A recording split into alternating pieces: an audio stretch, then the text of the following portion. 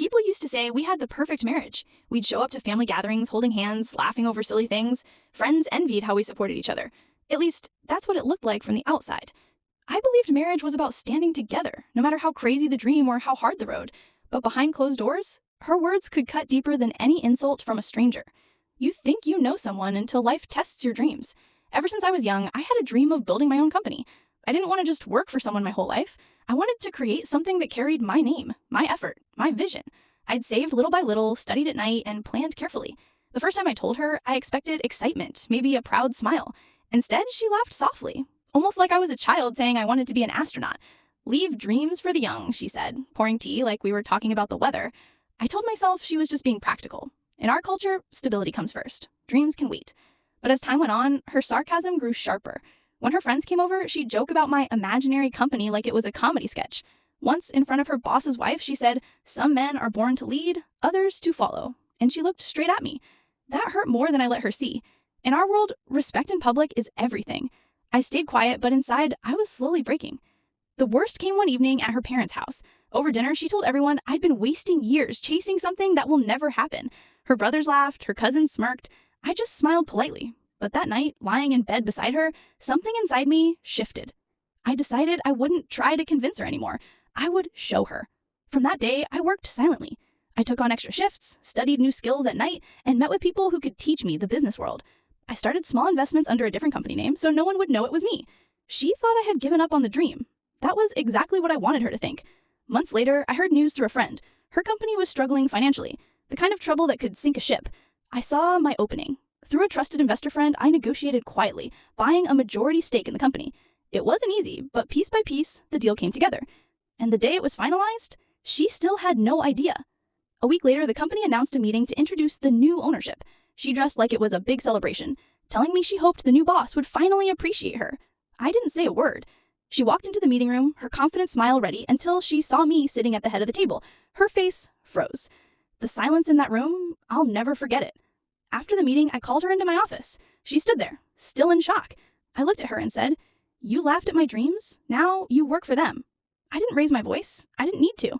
She stammered, saying she didn't mean it like that, but the truth was already between us. I kept things professional, no favoritism, no special treatment, just the same rules for everyone. Slowly, she began to feel the same sting of humiliation I once felt. Colleagues whispered. Some pitied her, others judged her.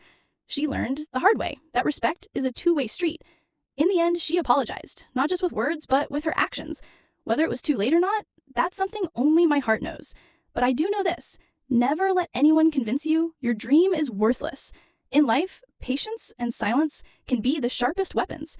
If you've ever had someone doubt you, let this be your reminder. Keep going. And if you want to hear more stories like this, you know what to do. Like, share, and subscribe. Because trust me, life has a way of writing the best twists. People always thought my marriage was one of those storybook ones. Family dinners full of laughter, neighbors saying we were a perfect couple. I believed that too. For a while. I thought marriage meant you share not only the roof and the bills, but also the dreams. I thought it meant you believe in each other, even when no one else does. But sometimes the deepest cuts don't come from strangers. They come from the person sitting across the table, smiling as they twist the knife. Ever since I was young, I wanted to build my own company. I didn't care if it took years. My dream was to create something with my name on it, my effort in it, my pride behind it. I had been saving little by little for years, studying online after work, preparing a plan. One night over tea, I told her about it, expecting at least a small spark of excitement. Instead, she smirked and said, "Leave dreams for the young." She said it like she was doing me a favor, like she was protecting me from myself. In our culture, people often think stability is everything, and passion is a luxury you can't afford. I told myself she was just being cautious. But as time passed, her comments turned sharper. In front of her friends, she'd joke about my imaginary company, laughing like I was a child playing pretend. One night, when her boss's wife was visiting, she said, "Some men are born to lead, others to follow." And then she looked straight at me. The humiliation burned. In our society, respect in front of others isn't just politeness, it's honor. And that night, mine felt trampled. The breaking point came at her parents' house. Over dinner, she told everyone I was wasting my life chasing something that would never happen. Her brothers laughed, her cousins exchanged smirks, and I forced a smile, pretending it didn't hurt. But that night, lying in bed, I decided I wouldn't try to convince her anymore. I wouldn't defend myself. I would just work in silence. From then on, I became a different man. I took extra shifts, studied new business skills at night, and started investing under a company name no one would connect to me. I built partnerships quietly, turning every bit of free time into progress. She thought I'd given up. That was exactly what I wanted her to think. Months later, I heard from a friend that her company was in trouble, serious financial trouble. It was the kind of problem that could sink them completely. I saw my chance. Through a trusted investor friend, I negotiated behind the scenes, step by step, until I owned a majority stake in the company. It wasn't easy, but every signature, every meeting, brought me closer to a moment I'd been waiting for. The announcement came, a meeting to introduce the new ownership. She dressed for work that day, more excited than I'd seen her in years, telling me she hoped the new boss would appreciate her efforts. I just smiled and wished her luck. When she walked into that meeting room and saw me sitting at the head of the table, her face froze. The room went silent. She couldn't even speak. After the meeting, I called her into my office. She stood there, still pale, and I said calmly, "You laughed at my dreams. Now, you work for them." I didn't raise my voice. I didn't need to. She tried to explain, to say she didn't mean it like that, but the truth was already between us. I kept it professional. She got no special treatment. Slowly, she began to feel what I once felt. People whispering, colleagues glancing, the weight of quiet judgment. And maybe that was karma's way of teaching her. In the end, she apologized. Not just in words, but in actions. Whether it was enough, I'll let you decide. But one thing I know, patience, silence, and hard work can be the most powerful revenge. If you've ever had someone doubt you, remember this. Your dreams are yours for a reason. Don't give them away just because someone else can't see them. And if you believe in stories like mine, share this one. Maybe it will be the push someone out there needs. People always said we were the perfect couple. At family gatherings, we'd sit side by side, sharing jokes, laughing like we had no worries. My friends admired how supportive we seemed, how united we looked. I believed in that image too. I believed marriage was about standing together, through thick and thin, about being each other's safe place. But what people didn't see was how words can become a weapon, and how sometimes the deepest cuts don't leave bruises, they leave scars on the heart. Since I was a teenager, I had one dream, to build my own company. I didn't want to spend my life working for someone else, making their dream come true while mine collected dust. I saved every extra dinar, studied business online after work, and planned every detail. One evening, while we were drinking tea, I told her about it, expecting her eyes to light up, expecting encouragement. Instead, she smiled a half smile and said, "Leave dreams for the young." She said it softly, like she was giving me wisdom, but to me, it felt like she'd just poured cold water over my fire. Still, I told myself she was just being practical. In our culture, stability is king, and people fear taking risks. But her tone didn't stay gentle. It changed. What started as advice turned into mockery. At first, it was little comments. Then it became jokes in front of her friends.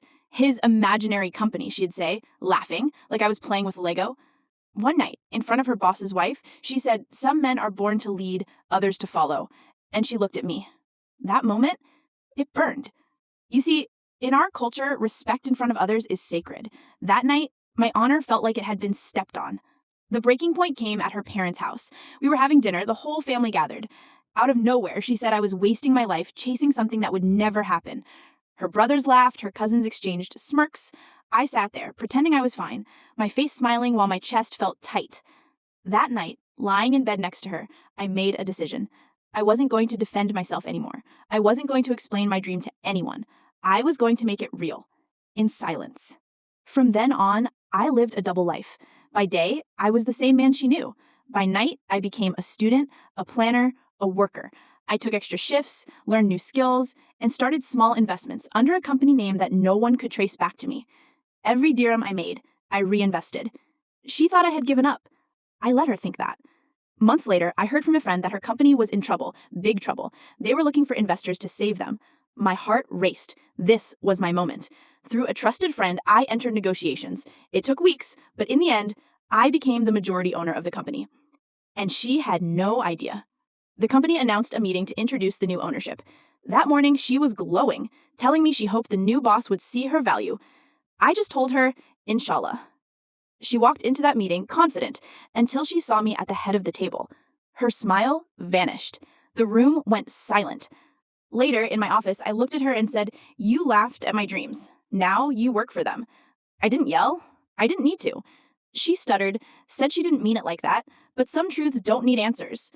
I treated her like any other employee. No special treatment, no shortcuts. Slowly, she began to taste the same humiliation I had once swallowed.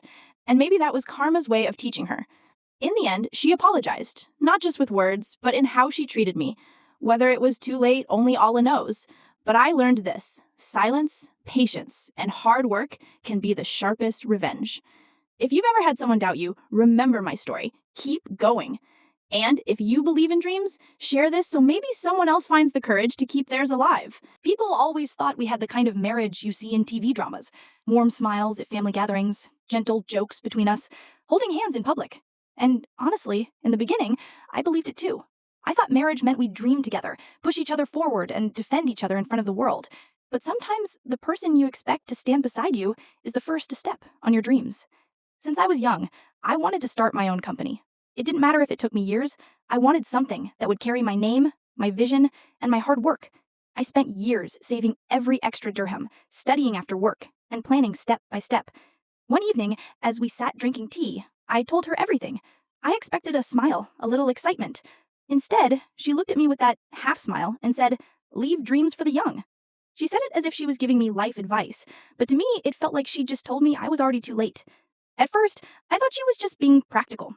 In our culture, stability is important. People value a steady paycheck over risky dreams. But her tone changed over time. The soft advice turned into little jabs. Then the little jabs turned into open mockery. She would tell her friends about my imaginary company, laughing like it was a cute story. One night, in front of her boss's wife, she said, "Some men are born to lead, others to follow," and looked right at me. My face stayed calm, but inside I felt a heat that wouldn't go away. Respect, especially in front of others, is sacred where I come from. And that night, mine was ripped away. The breaking point came at her parents' house. We were at the dinner table, surrounded by her brothers, cousins, and parents. In the middle of the conversation, she laughed and said, "He's been wasting years chasing something that will never happen." The table erupted in chuckles. Her brothers exchanged knowing looks. Her cousins smirked. I forced a polite smile, but inside, I was bleeding. That night, lying in bed, staring at the ceiling, something inside me changed. If no one believes in me, I'll make them regret it. From that day, I stopped explaining myself. I stopped defending my dream. I worked in silence. I took extra shifts, learned new skills at night, and invested through a company name no one could link to me. Every dirham I made went back into building something bigger. She thought I'd given up, and that was exactly what I wanted her to think. Months later, I heard through a friend that her company was in financial trouble, the kind of trouble that could sink it completely. I knew my moment had come. Through a trusted contact, I entered quiet negotiations. Step by step, I worked out a deal until I became the majority owner. The papers were signed, the deal was done, and she still had no idea. A week later, the company called a meeting to introduce the new ownership. That morning, she was glowing, telling me she hoped the new boss would recognize her hard work. I simply said, "Inshallah." She walked into the meeting room smiling until she saw me sitting at the head of the table. Her face froze. The silence was deafening. Later in my office, I looked her in the eyes and said, "You laughed at my dreams. Now you work for them." I didn't shout. I didn't need to. She stumbled over her words, saying she didn't mean it, but we both knew the truth. I treated her like any other employee, no special favors.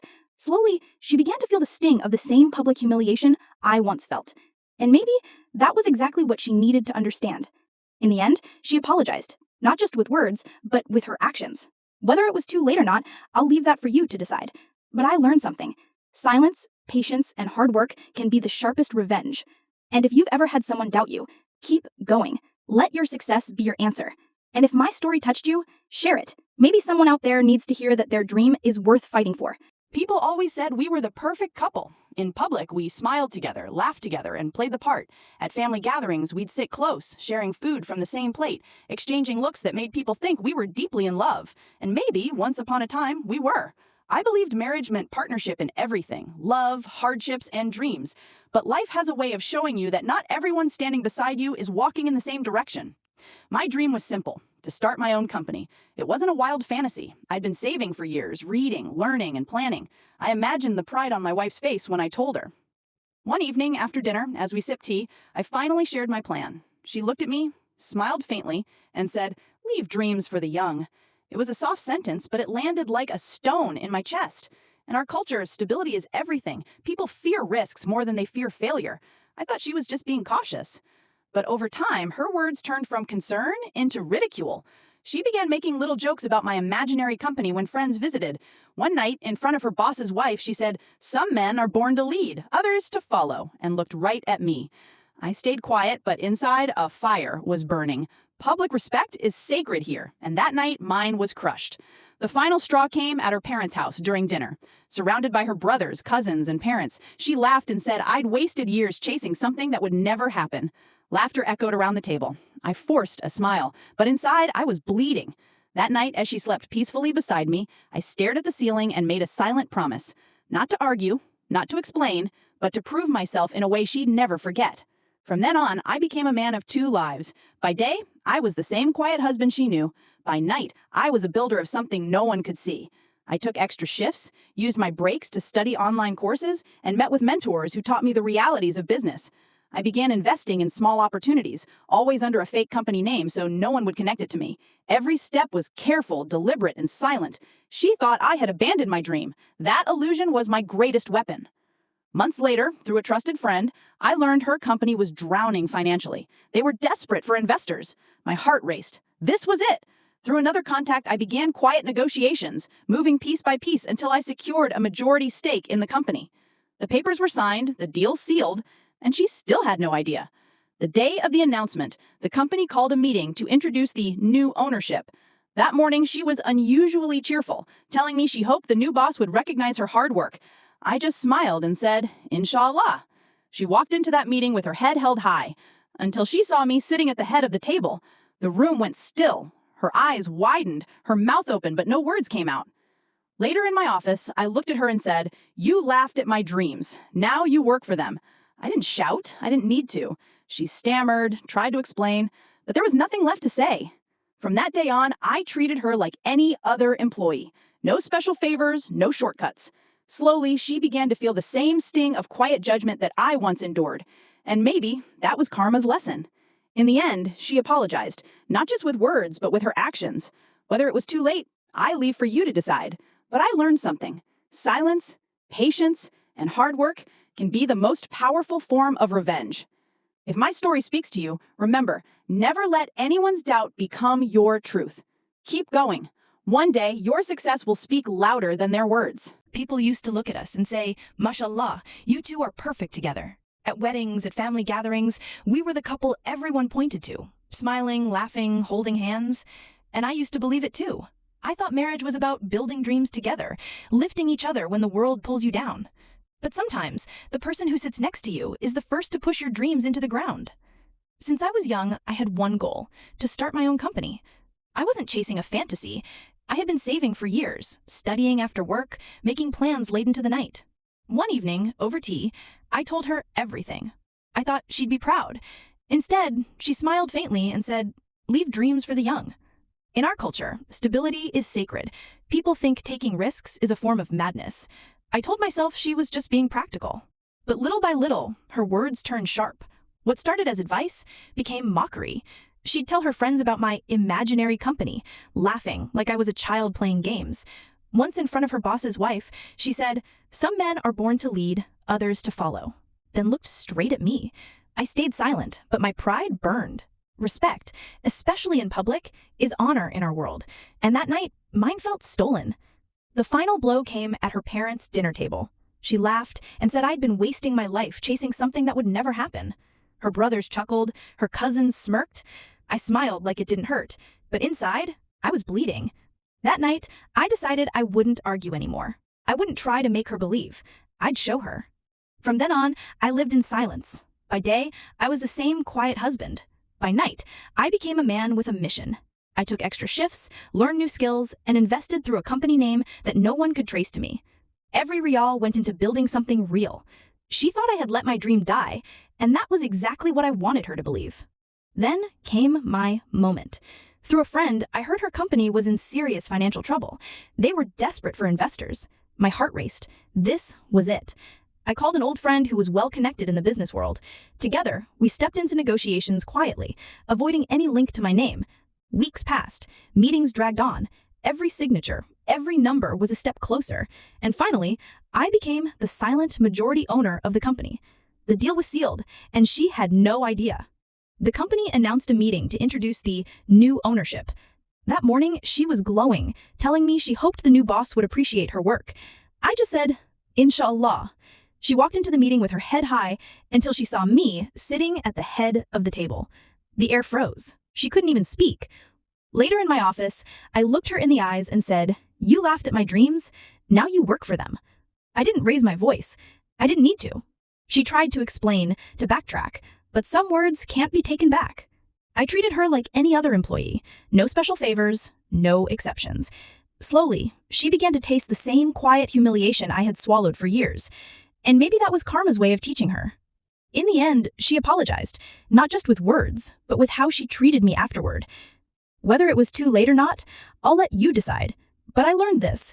Sometimes the loudest revenge is silence, and the sweetest victory is proving yourself without saying a word. If you've ever had someone doubt you, keep going. One day, your success will speak for you, louder than any argument, louder than any insult. And if my story touched you, share it. You never know who might need the push. People always said we were the perfect couple. In public, we smiled and laughed, holding hands at weddings and family gatherings. My friends envied what they saw, a wife who stood by me, and a marriage built on love. I believed it too, until I learned that sometimes the person you share a home with is the first to bury your dreams. Ever since I was young, I dreamed of starting my own company. Not as a fantasy. I had been saving for years, studying after work and building a plan step by step. One evening, over tea, I finally told her everything. I expected pride. Instead, she smirked and said, "Leave dreams for the young." I told myself she was just being practical. In our culture, stability is everything, and people fear risk more than failure. But the soft discouragement didn't stay soft. It grew into sharp comments, then open mockery. She would tell her friends about my imaginary company, laughing like it was a joke. Once, in front of her boss's wife, said, "Some men are born to lead, others to follow," and looked straight at me. That cut deep. Public respect is sacred here, and that night, mine was shredded.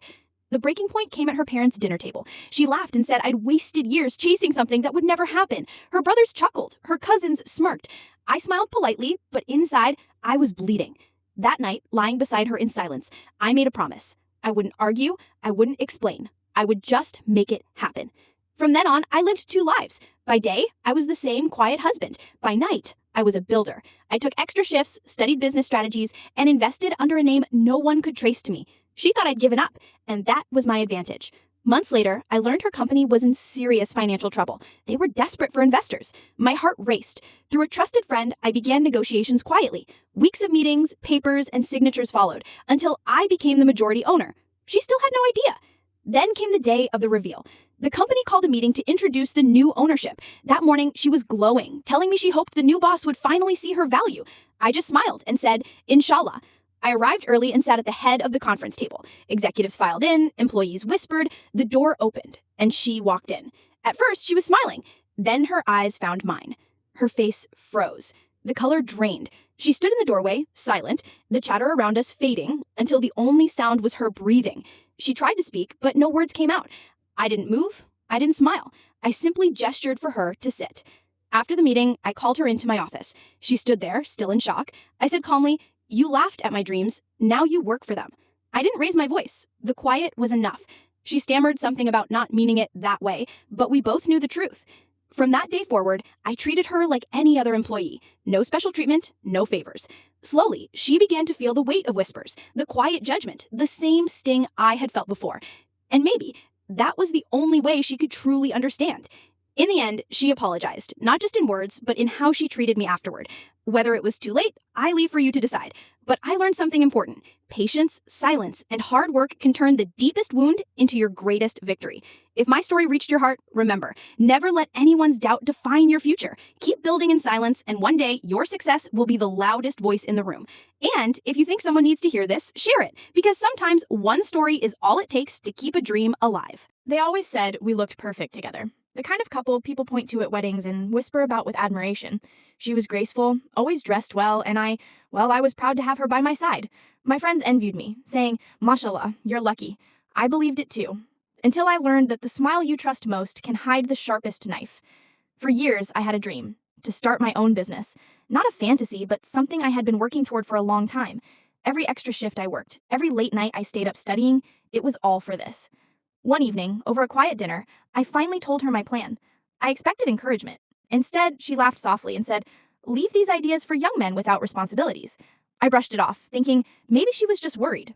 In our culture, stability is everything. People fear risk more than they fear regret. But the comments didn't stop. They grew sharper. In front of her friends, she called my business idea a hobby and joked about me living in my own little world.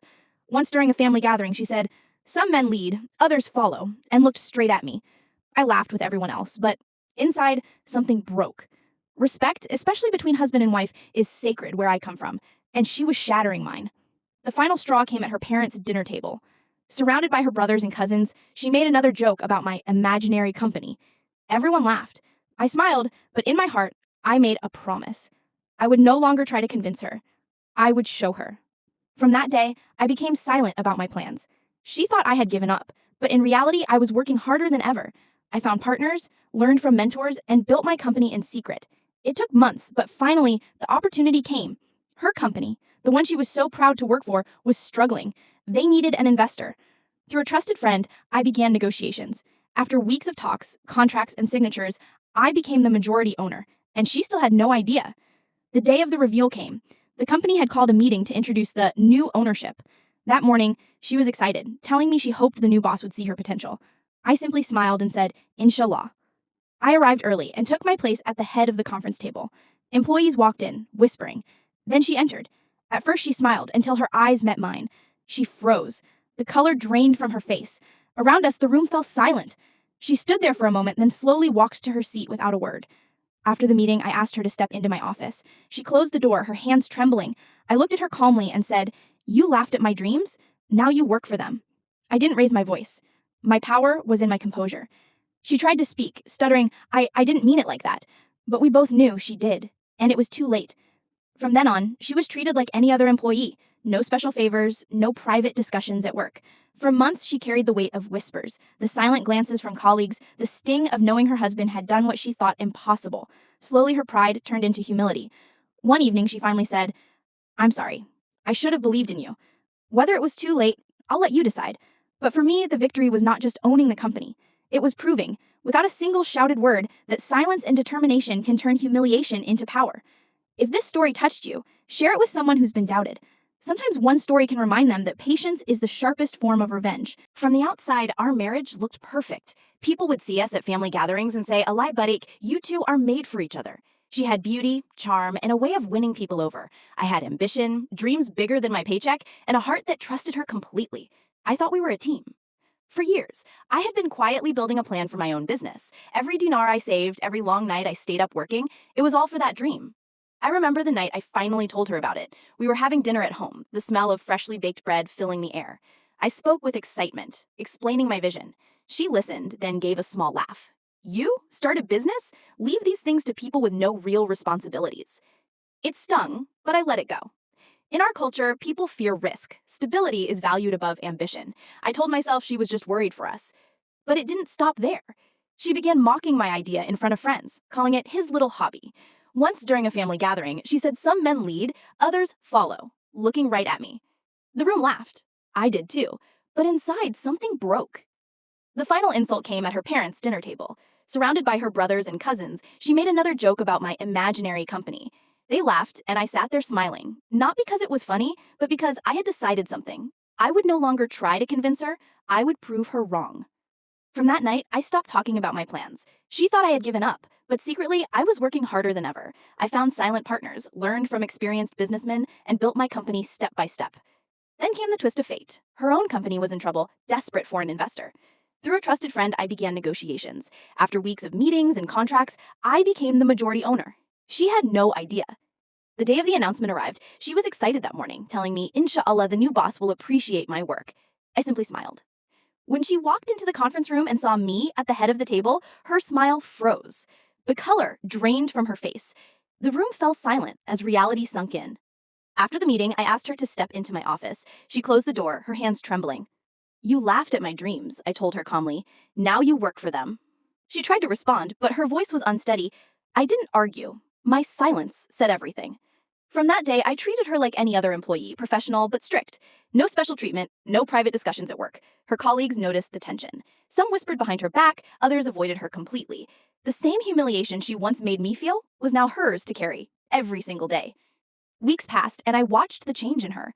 The pride in her walk faded. She no longer laughed loudly in the office. Sometimes I'd catch her looking at me, as if wanting to say something.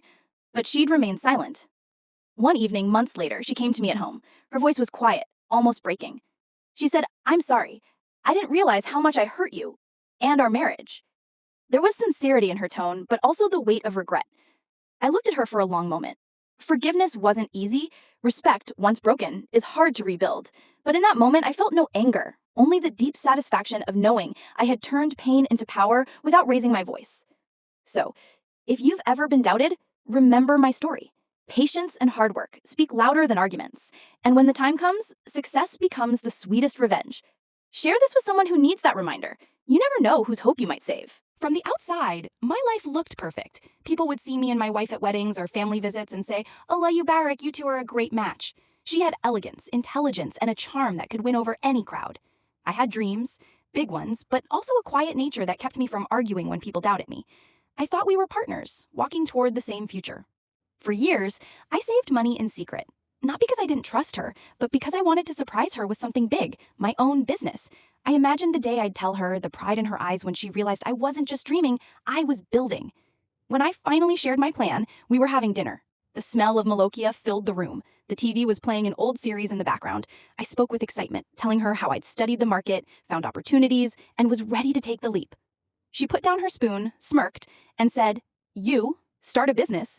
Leave these things to people who don't have real responsibilities." It was like cold water poured on my heart. I laughed it off, telling myself she was just being cautious. In our culture, many people fear risk. But the mocking didn't stop there. At gatherings, she'd joke about my imaginary company. Once, at her parents' dinner table, she said, "Some men lead, others follow. Guess which one I married." Everyone laughed. I did too, but inside, something hardened. That night, as I lay in bed, I decided I would stop talking and start proving. From then on, I never mentioned my plans to her again. She thought I had given up. In reality, I worked harder than ever. Late nights, secret meetings, finding partners who believed in me. Months later, opportunity knocked. Her company was struggling, desperate for a financial lifeline. Through a trusted friend, I became an anonymous investor. The deal was complicated, but in the end, I gained controlling ownership. The moment the papers were signed, I knew the day of truth was coming. The announcement was set for a Monday morning. She woke up early, dressed carefully, and told me, "Inshallah, the new owner will be fair." I smiled and said nothing. When she entered the conference room and saw me at the head of the table, her smile froze. The chatter in the room died. Her eyes darted between me and the papers in my hand. "Ladies and gentlemen, as the new majority owner, I look forward to working with all of you." After the meeting, she came to my office, closing the door behind her. "You?" she whispered, her voice shaking. I leaned back in my chair. "Yes, the man with the imaginary company." She lowered her gaze. There was nothing to say. From that day, she became just another employee. Professional, yes, but with no special treatment. Her jokes stopped. The loud confidence she once carried vanished. I saw in her eyes a quiet struggle, pride wounded, respect slowly awakening. Weeks later, she approached me at home, her tone soft. "I'm sorry. I didn't realize how much I hurt you. I was wrong." I studied her face. The apology was real. Forgiveness wasn't instant, but I felt a calm pride inside me. I hadn't shouted, argued, or tried to force her respect. I had earned it. Dreams aren't just fantasies, they're seeds. And when you water them with faith and patience, they grow into something stronger than success. They grow into respect.